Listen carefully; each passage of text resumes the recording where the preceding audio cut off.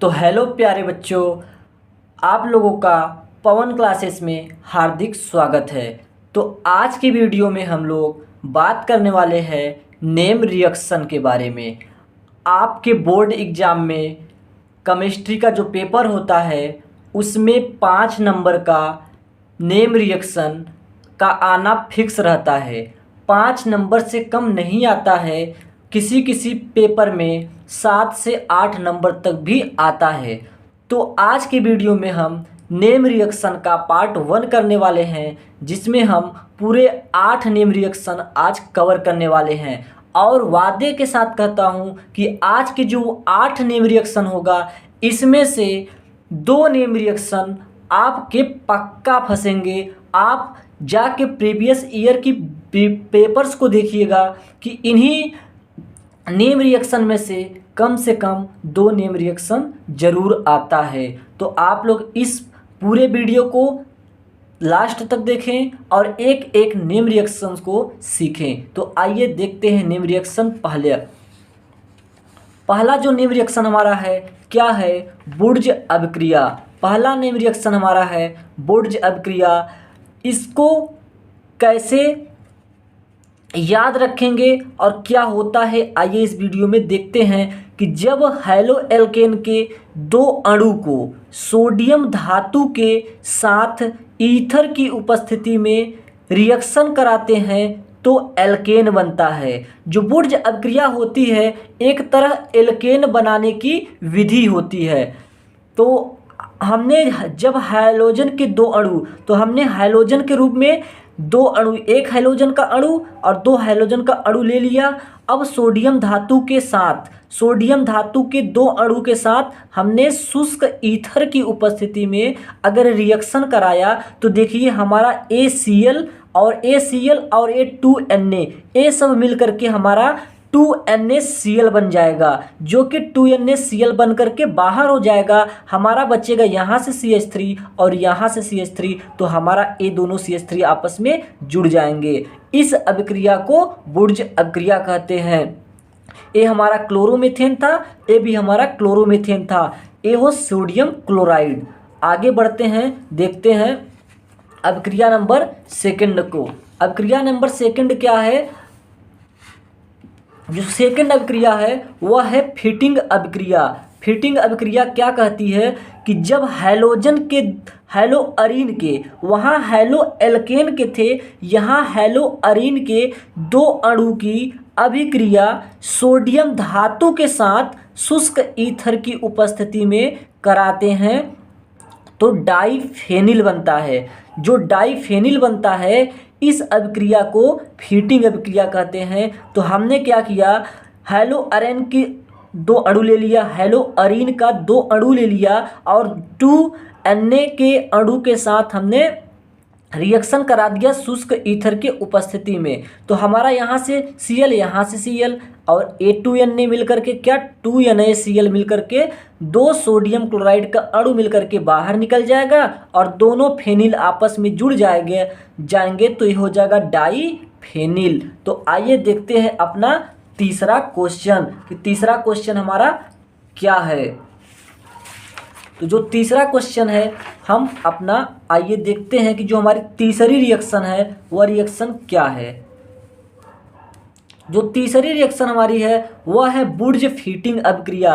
अभी हमने पहली अभिक्रिया पढ़ा बुर्ज अभिक्रिया, उसमें हैलो अल्केन के 2 अणु आ रहे थे, सोडियम धातु के साथ क्रिया कर रहे थे। फिर हमने फिटिंग अभिक्रिया पढ़ी, उसमें हैलो अरीन के 2 अणु सोडियम धातु के साथ क्रिया कर रहे थे।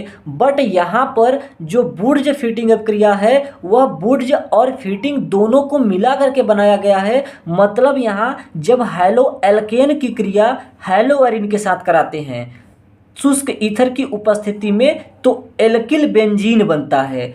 हमने एक अणु लिया हैलो एल्केन का और एक अणु लिया हैलो अरीन का, इन दोनों को 2 अणु सोडियम धातु के साथ अभिक्रिया कराया तो हमारा फिर से 2Cl 2Na मिलकर के 2NaCl बना लिया और एक CH3 और एक फेनिल ग्रुप आपस में जुड़ गए। तो यहाँ से एक क्लोरोमीथेन था, ये हमारा क्लोरोबेंजीन था। इसको हम नाम मेथिल बेंजीन, क्योंकि CH3 मेथिल होता है और ए बेंजीन, तो मेथिल बेंजीन, सोडियम क्लोराइड। ये हमारा हो गया बुर्ज फिटिंग अभिक्रिया। आइए देखते हैं अभिक्रिया नंबर 4 क्या है। तो जो अभिक्रिया नंबर 4 हमारा है डार्जन अभिक्रिया है।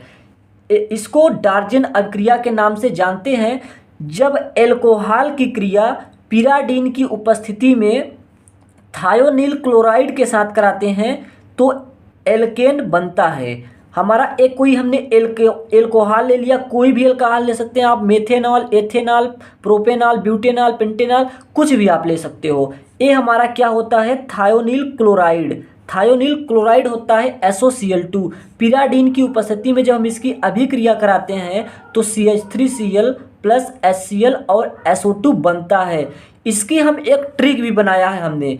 आप इस ट्रिक के सहायता से बहुत ही आसानी तरीके से याद कर सकते हैं। हम इस CH3COH को खोलकर CH3O और H के रूप में लिख दिया। SOCl2 के हमने S डबल बॉन्ड O और Cl और Cl लिख दिया। अब हम दोनों को अलग अलग अगर ब्रेक करेंगे तो यहाँ से देखो CH3Cl, हमने CH3Cl लिखा, यहाँ से HCl HCl लिखा, यहाँ से SO2 SO2 लिखा। इसमें एक बात और होती है, जो HCl होता है ये भी उड़ जाता है और SO2 गैस है तो ये भी दोनों उड़ जाते हैं, तो हमें यहाँ पे हेलो एल्केन प्राप्त होता है, जो कि हमको हेलो एल्केन प्राप्त करने की विधि भी बताती है।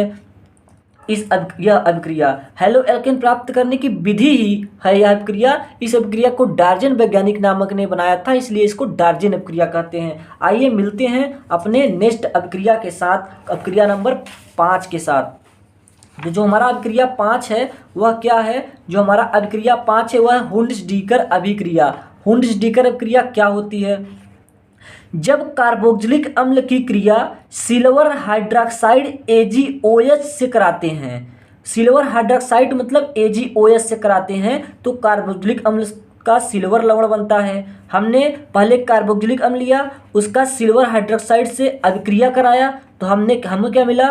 कार्बोक्सिलिक अम्ल का सिल्वर लवण मिला और जल बाहर हो गया। फिर देखो जब सिल्वर लवण बनता है, फिर जब सिल्वर लवण को CaCl2 की उपस्थिति में Br2 से क्रिया कराते हैं तो हेलो एल्केन बनता है। फिर हम इसका अभिक्रिया Br2 से करा दिए, किसकी उपस्थिति में? CaCl2 की उपस्थिति में, तो हमारा CH3Br अलग हो गया, AgBr अलग हो गया और CO2 बन गया। इसको हम ब्रोमो मेथेन बोल सकते हैं, इसको सिल्वर ब्रोमाइड बोल सकते हैं, इसको कार्बन डाइऑक्साइड, ये जो कि नेम होता है, आप लोग नेम अच्छे से नेमिंग कर लेते ही होंगे।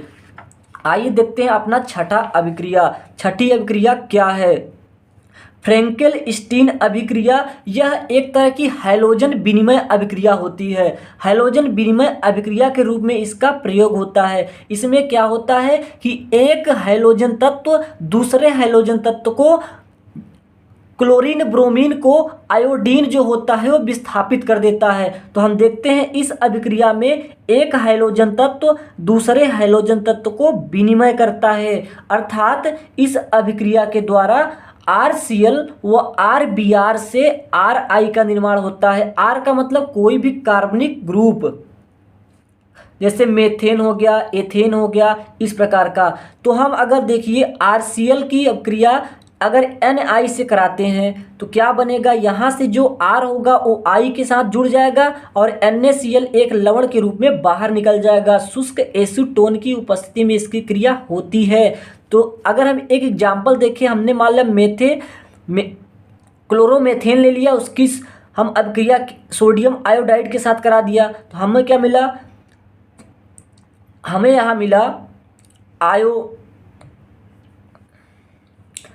आयोडोमेथेन मिल गया और यहाँ सोडियम क्लोराइड निकल गया। तो देखिए यहाँ I इसके साथ जुड़ गया, ACl इसके साथ जुड़ गया। यही होता है हैलोजन विनिमय अभिक्रिया, जिसका नाम फ्रैंकल स्टीन अभिक्रिया हमने दिया। उसमें हमको Ni से हम क्रिया कराए।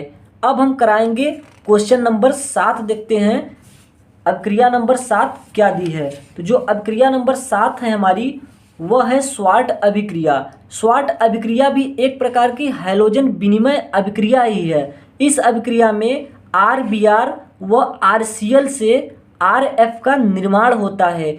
शुष्क एसीटोन की उपस्थिति में हम RBr या फिर RCl भी यहाँ ले सकते हैं, AgF के साथ अगर अभिक्रिया कराएंगे तो हमारा यहाँ RF बनेगा और AgBr अलग हो जाएगा, जिसको हम यहाँ हेलो एल्केन बोल सकते हैं। इसका नाम सिल्वर क्लोराइड होता है। शुष्क एसीटोन की उपस्थिति में हम एक उदाहरण के द्वारा समझ सकते हैं। अब अगर हम देखें अपनी 8वीं अभिक्रिया, तो 8वीं अभिक्रिया क्या है? विलियमसन संश्लेषण अभिक्रिया। यह अभिक्रिया जो होती है एक ईथर के निर्माण करती है। मतलब इस अभिक्रिया को अगर आप सॉल्व करोगे तो एक ईथर प्राप्त होता है। जब धातु एल्कोक्साइड की क्रिया हैलोजन से कराते हैं तो ईथर बनता है। हमने कोई धातु एल्कोक्साइड ले लिया, मान लीजिए हमने कुछ सोडियम धातु ले लिया, उसको एल्कोक्साइड तो हो जाएगा सोडियम एल्कोक्साइड से। हमने एक हेलो एल्केन से मतलब एल्किल हाइलाइड आप मतलब यहाँ ले लिया, उसकी ASN2 अभिक्रिया होती है। हम अगर इसका रिएक्शन कराएंगे तो हमारे यहाँ से R और O और यहाँ से R जो है यहाँ ROR मिलके ईथर बना लेगा, यहाँ से Na और यहाँ से X बना के NaX बाहर निकल जाएगा। आप एक एग्जाम्पल के थ्रू भी समझ सकते हो इस अभिक्रिया को। आइए देखते हैं अपनी 9वीं अभिक्रिया। 9वीं अभिक्रिया जो हमारी है वह है फ्रैंकलैंड अभिक्रिया। जो फ्रैंकलैंड अभिक्रिया है वह एक्चुअली होती क्या है? यह जो अभिक्रिया है, इस अभिक्रिया में जब हैलोजन की क्रिया Zn धातु के साथ कराते हैं तो एल्केन बनता है। मतलब एल्केन बनाने की वृद्धि होती है। मतलब देखो हमने क्या कराया, एक हेलो एल्केन ले लिया, उसको 2 हेलो एल्केन के 2 अणु ले लिया, ठीक है। अब यहाँ क्या किया, हमने Zn धातु का 2 अणु ले लिया। अब इसकी अभिक्रिया शुष्क ईथर की उपस्थिति में कराया तो हमारा यहाँ से RR बन गया और यहाँ से A दोनों X और A दोनों Zn यहाँ से निकल गए। यहाँ पे X का जगह आप Cl, Br, I, F कुछ भी ले सकते हो। तो इस प्रकार से एग्जाम्पल के थ्रू भी आप लोग समझ सकते हो। तो आज की वीडियो में हमने 9 अभिक्रियाओं की नेम रिएक्शन पढ़ ली। ये 9 नेम रिएक्शन अगर आप अच्छे से पढ़ लोगे तो आपका 2 से 3 नंबर फिक्स हो जाएगा बोर्ड एग्जाम के अंदर। तो आप लोग ये सारी 9 अभिक्रियाओं को पढ़ लीजिए। अगली वीडियो में हम अगले नेम रिएक्शन की बात करेंगे, जो कि अगली वीडियो में ऐसे ही 8-9 अभिक्रिया नेम रिएक्शन हम और लेके आएंगे। पूरे जितने भी नेम रिएक्शन आपके मोस्ट इंपॉर्टेंट होते हैं जो क्वेश्चंस में आए हुए हैं, हम आप लोगों को कराएंगे पार्ट में। पहले पार्ट में हमने जो पहले चैप्टर से बनता है जितने नेम रिएक्शन हमने पूरा सॉल्व करा दिया है। अब अगले वीडियो में अगले चैप्टर के कराएंगे। ऐसे ऐसे करके एक एक चैप्टर के सारे चैप्टर के नेम रिएक्शंस जो इंपॉर्टेंट है उनको सॉल्व हम लोग कर लेंगे। तो आइए इस वीडियो को यहीं पे ख़त्म करते हैं। आप लोग इस वीडियो को पूरा देखें, चैनल को सब्सक्राइब करें, लाइक करें, बेल आइकन को प्रेस करके वीडियो में कमेंट कर दें और वीडियो को अपने फ्रेंड्स तक शेयर करें। तो मिलते हैं नेक्स्ट वीडियो के साथ, तब तक के लिए ऑल द बेस्ट।